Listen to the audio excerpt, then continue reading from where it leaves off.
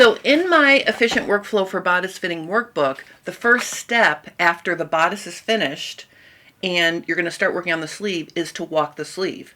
But I've realized you need that cap height to be correct. So it really doesn't matter how much ease you have at this point. You can correct the ease after you fix the cap height. So I'm not going to walk my sleeve. I'm going to adjust my cap height. So on this sleeve, I'm just going to remind you, there's my back, there's my front. What you're going to do is you're going to take a measurement. Now, here's another interesting thing, and I just want to show you. So if I have seam allowances on this pattern, okay, I have a 1/2 inch down here, and then I would have a 1/2 inch here, and I would have a 1/2 inch here, right? I'm just showing you if I had drawn my seam allowances like this. I just want to explain something here. Okay, so this bicep line that I drew without noting the seam allowances, I could measure the cap height from that line to the top of the cap. I get 5 3/4, or I could measure, I'm just going to use a different color to keep it, to keep it clear. If I draw my bicep line using seam allowances, it's going to be a 1/2 inch lower, right? So then I would measure from the 1/2 inch to the 1/2 inch, and I'm getting the same 5 1/4. So I would measure from here to here. That would be the same thing. So whether you if you pay attention to your allowances or not, if you're not, measure to the top of the cap, to the bicep line at the top of the underarm seam, or a 1/2 inch down and a 1/2 inch down. You get the same number. So then what you're going to do is you're going to draw yourself a line right above the notches here, and this is where you're going to adjust the cap. Now that green is not very dark, so let's come in with some nice blacks so you can see what I'm doing here. All right, so that's where you would make the adjustment. So basically what you would do is, if your cap height on your measurement turned out to be higher than the cap height on your pattern, you would slash and spread. And if the cap height on your body is shorter than the pattern, you would lower it. So basically, you would just cut across here. And let's say I needed to add it. Now I'm not going to use that 8.5 number because that is way too big. I mean,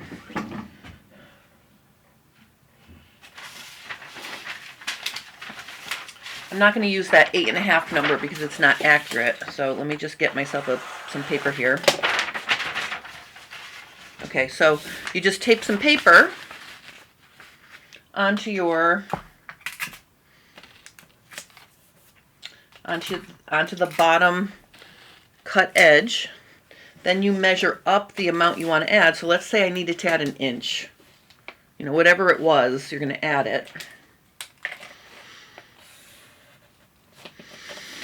And then extend your center guideline up. And then you can put your sleeve back together here. Now I will tell you, doing this way in my workshop gave really good results.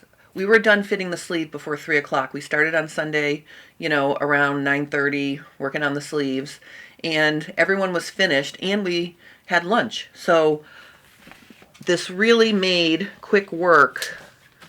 Measuring the cap first was part of the contributing factor to be able to get this job done. Now, you might be wondering how to true up the sleeve here.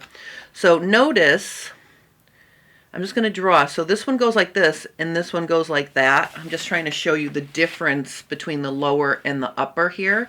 If you're extending your cap, you're going to add a little to the bottom, and you're going to trim a little from the top. So you're basically going to come in, add a little here, go through the middle of the difference, and then blend back to here. So you get a nice smooth transition. I'm just going to use my ruler here to darken it in.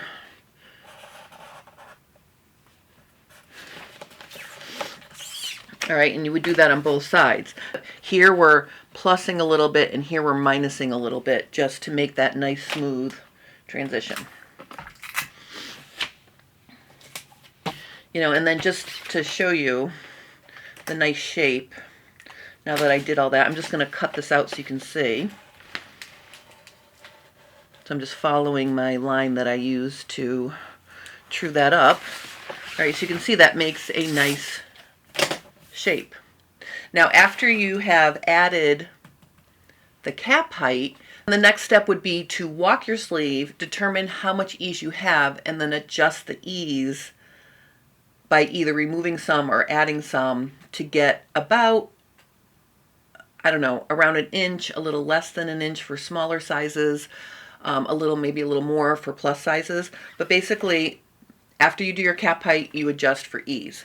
So this is a fun little tutorial I wanted to share today about like a super easy way to get an accurate cap height on your body when you've already done all the work to fit your muslin and get the base of the armhole correct, and you get where the shoulder seam is going to sit. That gives you all the information you need to get an accurate cap height for that pattern. And notice I said for that pattern you're working with, because you might be working with a different style top that is a looser fitting, maybe it has a lower armhole.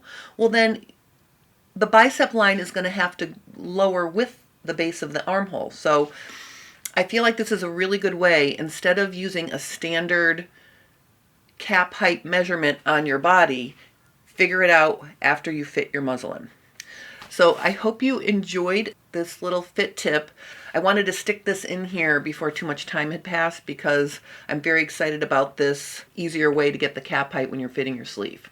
So if you have any questions or comments, please post those below and I will help you. If you're enjoying my content, consider liking and subscribing to my channel.